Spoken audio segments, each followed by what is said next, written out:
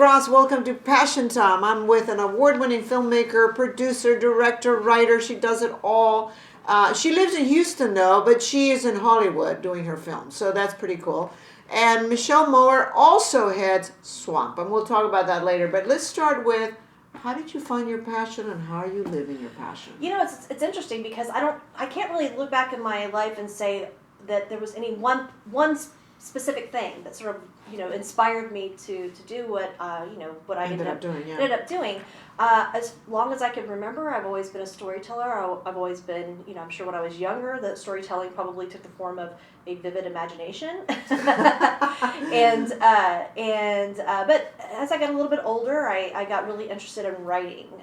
Telling my stories and getting them down on paper. You know, I'd write little puppet plays, and my older sister and I would make these sort of popsicle puppets, and we would, do these little improv sort of, I would write these little plays, but, they became kind of improv performances, and we would charge my parents like 50 cents to watch our little puppet play. What a great idea. I know, right? And we would, get my parents to pay us 50 cents or whatever it was, and then we'd have money for the ice cream truck. Oh my God, I love it.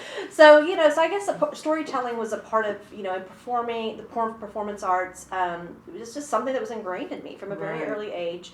And I always knew, I think, even early on, but especially when I got to around middle school, the idea that I wanted to grow up and be a writer of some kind. It wasn't until I was middle school, I think, whenever the idea of taking my creative impulses and turning them into like a career, really started to cultivate. So I had attended a writers conference when I was like, I think 8th grade, that I met for the first time a screenwriter. And, I'd been going to movies my entire life, and it didn't occur to me until that moment that movies were written, Right. And so I think from that point on, I said, okay, this is what I'm going to do. I want to write movies. And I knew I wanted to be a writer. I just didn't know what kind of writer. And it wasn't really until that point that I sort of realized that that's the path I wanted to take.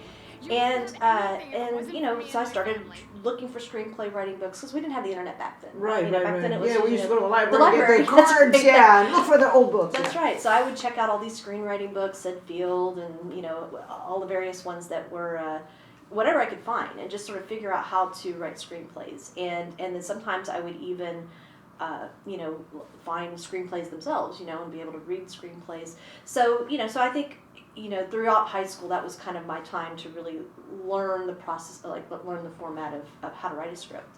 Then went to college, studied filmmaking, and that sort of expanded my interest beyond just the writing side of it, and allowed me to actually get behind the camera and to direct. And from that point on, it was just, From that point on, it was just not a dream, because most people who are filmmakers, many never make it. I mean, let's face it. But you have to live your passion. You have to do what you love to do. Right. Whether you have to work at a restaurant, that's another story. It doesn't matter. That's your passion. Mm-hmm. But you succeeded, and you ended up doing. Let's talk about your first film, because I know now you, Preacher's Daughter, and then Preachers Mistress, but lots to do with preachers, and I want to ask you about that. But the first one that you did was called A Woman Betrayed. Was that your film, or Abby's? Yeah, I know it gets a little bit confusing. Okay, so my first film was The Preacher's Daughter. Okay. And at that point, when I made that film, I had been working with Swamp, Southwest Alternate Media Project, for 7 years, or so, doing film workshops, coordinating after-school programs for kids. So I was very entrenched in the film industry community in Houston. Not so much the industry, because the industry as it exists in Houston is predominantly commercials. And so I wasn't really interested in making commercials. I wanted to make independent films. And so working for Swamp was really like the best possible job I could have as a developing filmmaker in the city of Houston. Because it gave me knowledge through the workshops, through and their various programs, screening opportunities, and so forth. It gave me a network of industry professionals from not just Houston, but from all over the country, and some even internationally. So I was able to really build a larger community of professionals and independent filmmakers and so forth that are who eventually would help me in my own career. Exactly. So in 2010 I had made some short films and just to sort of get myself behind the camera and practice my craft. And then finally in 2010, I decided to take the plunge and do the feature film. Had no outside funding. We went out and tried to find investors, tried to take it out to Hollywood and pitch it, and it just wasn't going anywhere, as the case with a lot of people, many people. Yeah. And so I made the decision. I said, okay, well, I'm going to go back to Houston. I'm going to make it myself, and I'm going to get my community together, and we're going to figure this out. Right. And that's exactly what I did. And we were able to get the film. It was a very it took us a year to finish the film, and we shot it over the course of 3 months. We would shoot, and then we'd take a break, and then we'd shoot again, and then we'd take a break. Yeah. So we finally wrapped in November of 2010, and then we weren't able to actually finish the film, like post-production, until a year later. Okay. And just because of funding issues. And so, but we were able to finish it. And the crazy thing about it is, everyone tells you that, aside from funding, distribution is the hardest part, right? And that was actually for me the easiest part. And I'm sure people hate me when I say that, hate me for saying that, but it was, once the film was complete, it was a good commercial product. Right. And I was able to use my network that I had built through Swamp to get it to the right people. And through a friend that I had met through Swamp's Business of Film conference, I was introduced to a sales agency in Los Angeles that predominantly sold films to Lifetime Television. Mm-hmm. They watched the film. They said, we think this is perfect for Lifetime. They took it to Lifetime, and they made an offer, and the film was bought by them. So, and it's also been sold to 14 different international territories since then as well. But it's one of the most popular films of 2012, correct? It was the most popular Lifetime film of 2012. Lifetime movie, it was the highest rated Lifetime movie network, highest rated movie on Lifetime Movie Network for the entire year. Yes. Congratulations. Thank on you. That. Now, after and it led to two other films. Which the next one was The Preachers Mistress, which is also based titled, on true story. No. No. Okay, no, I'm sorry. No, it's based on my totally imagination. So The Preacher's Mistress is also titled A Woman Betrayed. The foreign title is A Woman Betrayed. Oh, the US title I saw the trailer. Okay. The Lifetime title is The Preacher's Mistress. Okay. So sometimes in foreign markets titles change, so that's why it's confusing. And then the third film we shot in spring of last year was The Preacher's Sin. Preacher's Son. Sin. Oh, Preacher's Sin. Now, what is this picture with preachers? Tell me about that. Well, are they Southern Baptist preachers from Texas? Well, the first one was the film was I obviously drew from my dad was a minister, so even though the story itself was fictional, a lot of the elements of the story, the relationships and so forth, were obviously inspired by my own experiences and growing up as a preacher's daughter. And so because the film was so successful, Lifetime I guess felt like there was a market for how they preachy films. Yeah, they're Lifetime they have franchises. They'll have movies that sort of fit a common theme. Sure. And because the first one was so successful, they decided to create what we call the Preacher franchise, and so I directed 2 more films in that franchise, and so it's amazing because the idea that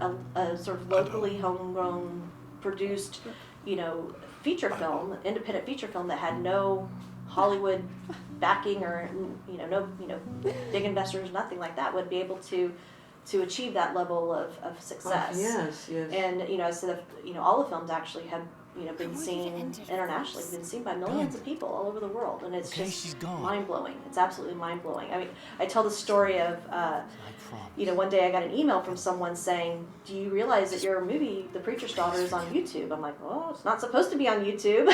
That's we should probably get that taken down." Yeah. And so I went to look to find it so that I could alert my attorney and have them remove it from YouTube. And by the time when I went to look at it, it had 1.2 million views, and I'm like, oh man, you can't do it. Right? It's like if only each of those people had paid 99 cents. Right, exactly. I could have done a whole other. It's insane. So But at the same time, I'm really flattered that people want to see it, wanted yes, to watch it, and that many yes. people were it's you make films because you want people to watch them. To watch them, yeah, right. absolutely. But at the same time, it'd be nice to. You have to make a living. Well, that's right. Yeah. One last question. You've been doing these preacher films. What do you want to do from now on? Obviously, you want to keep making films that are successful, that you can get paid for, but do you have a dream project? Oh gosh, I have several dream projects. Well, there's a project I'm actually working on right now that's I don't want to get too much specifics about it, but it's related to women's contribution to World War II, and which is I'm a huge history buff, especially World War II. I'm sorry, I'm totally hitting that. I'm a huge World War II fan. I mean, I'm a big history buff, and that era in particular. So being able to tell a story about women who contributed to the war effort during that time would be awesome. Incredible opportunity, but we're developing some projects now. I just bought a company out in Los Angeles, so. We closed a week and a half ago, so I had obviously in the process of trying to get that up and running. But the goal is to help film, obviously to help get my films put out into the world. It's a sales and distribution company. Okay. So that will serve as the sales company, the distributor for my films. But we want to make that opportunity available to other filmmakers and really independent filmmakers and try to find those gems and help them get out into the world, because that's really wonderful. It really is the hardest part. Distribution, you can make a really good film for relatively inexpensive now because of the technology we have available. Sure. So distribution itself isn't so much the hard part. It's the marketing of it. Right. It's getting the word out, because 25 years ago, it was extremely expensive to make a movie. And now it's much easier, but it's because the market is so crowded, it's hard to get it's attention. Oversaturated. Right. Exactly. So it's like a needle in a haystack now. So our goal is to help find those truly beautiful gems, get them out in the world, and let people know about them. Okay. And what is the name of your company, if you want to share? It's Imagination Worldwide. Imagination Worldwide. Yeah, based out of Los Angeles, yes. Only if you have a gem, okay? Don't start sending films if they're not gems, okay? We have to pass that test. Thank you so much, Michelle Mower, for joining us, and good luck with all your films and all the movie stars that you get to meet, and that wonderful Hollywood life that everybody wants to have. All right. Thank you so much. And we'll see you next time on Passion Time.